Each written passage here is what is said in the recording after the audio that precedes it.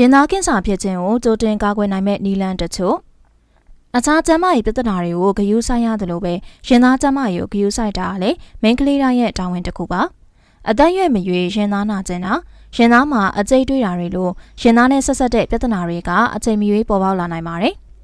နေ့စဉ်နေ့တိုင်းမှာအမျိုးသမီးတော်တော်များများကရင်သားနဲ့ဆက်ဆက်တဲ့ပြဿနာတချို့ကိုကြုံတွေ့ခံစားကြပြီးမိသားစုဝင်တွေထဲမှာရင်သားကင်ဆာပြဿနာရှိမျိုးရိုးလိုက်တတ်ပါတယ်မိန်းကလေးတော်တော်များများကရင်သားပြဿနာတွေနဲ့ပတ်သက်ရင်ဘာမှမဖြစ်နိုင်ပါဘူးဆိုပြီးတော့မကြာခဏလိလျူရှင်းမိတတ်ကြပါတယ်။ရင်သားကျန်းမာရေးပြဿနာတွေကိုကာကွယ်ဖို့ခက်ခဲပေမဲ့လည်းရင်သားကင်ဆာဖြစ်နိုင်ခြေကိုလျော့နှဲသွားစေနိုင်တဲ့နည်းလမ်းပေါင်းများစွာရှိပါတယ်။ဒါကြောင့်မလို့မိန်းကလေးတွေသတိထားစေနိုင်မှုအတွက်ရင်သားကင်ဆာဖြစ်ခြင်းကိုကြိုတင်ကာကွယ်နိုင်မဲ့နည်းလမ်းတွေကိုဖော်ပြပေးလိုက်ရပါတယ်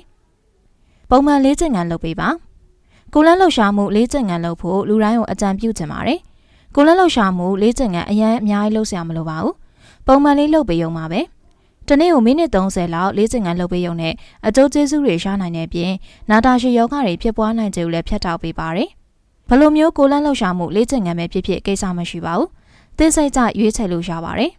။ရေဓာတ်ပြေဝစွာနေပြီးကျန်းမာရေးညညွတ်စွာစားတော့ပါ။တနေ့တာကျမတို့တောက်တဲ့ရေပမာဏနဲ့စားတဲ့အစားအစာမျိုးစားကကျမတို့ရဲ့ကျန်းမာရေးမှာအဓိကနေရာမှာပါဝင်ပါတယ်။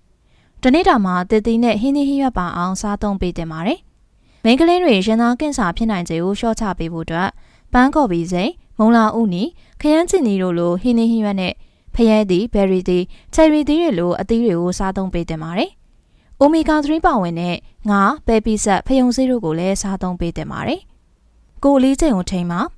ကိုလေးချိန်များတာကလည်းရင်သားကင်ဆာဖြစ်နိုင်ခြေများတယ်လို့လေ့လာချက်တချို့ကဆိုပါတယ်။ဒီနှစ်ခုသေချာပေါက်ဆက်ဆက်မှုရှိတယ်လို့လည်းသိရပါတယ်။ကိုယ့်ရဲ့အယံမြင့်နဲ့အလေးချိန်ကိုက်အောင်ထိမ့်ဖို့စူးစမ်းကြည့်ပါ။ Body Mass Index ပမာဏမြင့်လာမယ်ဆိုရင်ရင်သားကင်ဆာပါဝင်နာတာရှည်ကျန်းမာရေးပြဿနာတွေဖြစ်နိုင်ခြေတိုးလာစေပါတယ်။အယံပိယာတောက်တာကိုစွန့်လွတ်ပါ။ကျန်းမာရေးနဲ့ညီညွတ်တဲ့ဘဝနေထိုင်မှုက